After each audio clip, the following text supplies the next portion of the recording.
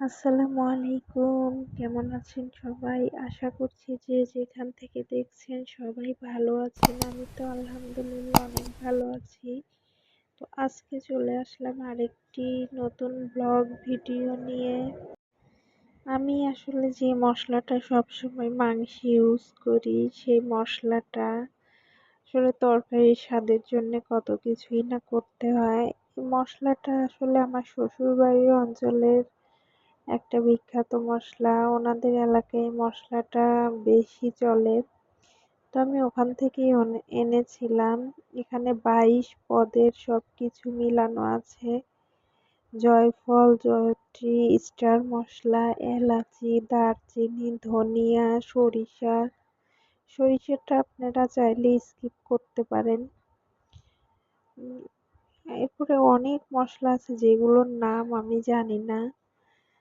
তো এগুলো মাংসে ইউজ করলে মাংসের স্বাদটা অন্যরকম লাগে, টেস্টটা খুব ভালো আসে। আর সাথে আমি কিছু ধনিয়াও কিনে এনেছি আর আমাদের বাড়ি থেকেও দিয়েছিল।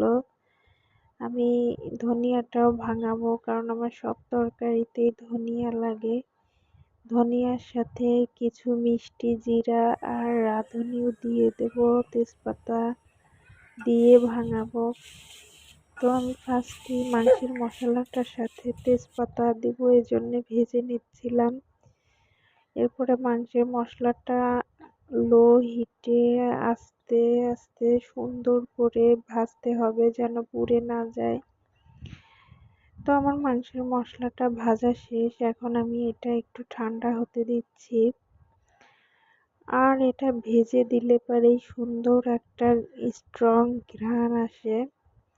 এখন আমি ধনিয়াটা ভেজে নিচ্ছি। ধনিয়াটা সুন্দর করে সেম প্রসেসে আস্তে জালে ভেজে নিবেন। এরপরে ধনিয়ার জন্য তেজপাতাও ভেজে নিচ্ছি কারণ ধনিয়ার সাথে তেজপাতা মাস্ট বি দিতেই হবে। আর মিষ্টি জিরা আর রাঁধুনিটাও সুন্দর করে ভেজে নিচ্ছি সেম প্রসেসে।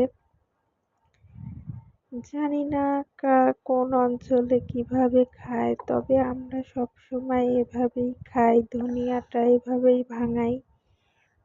জিরাও আমার মাকে দেখি যে জিরাও দিতে, কিন্তু আমি জিরাটা দিচ্ছি না, আমি জিরাটা কাঁচা বেটে খেতেই ভালোবাসি।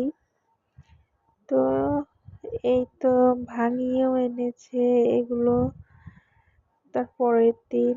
এটা হচ্ছে মাংসের মশলা, এটার যেই সেন্ট বের হচ্ছিল মনে হচ্ছিল যে এখনই খেয়ে ফেলে। আমি তো সেই দিনই সাথে সাথে মাংস রান্না করেছিলাম।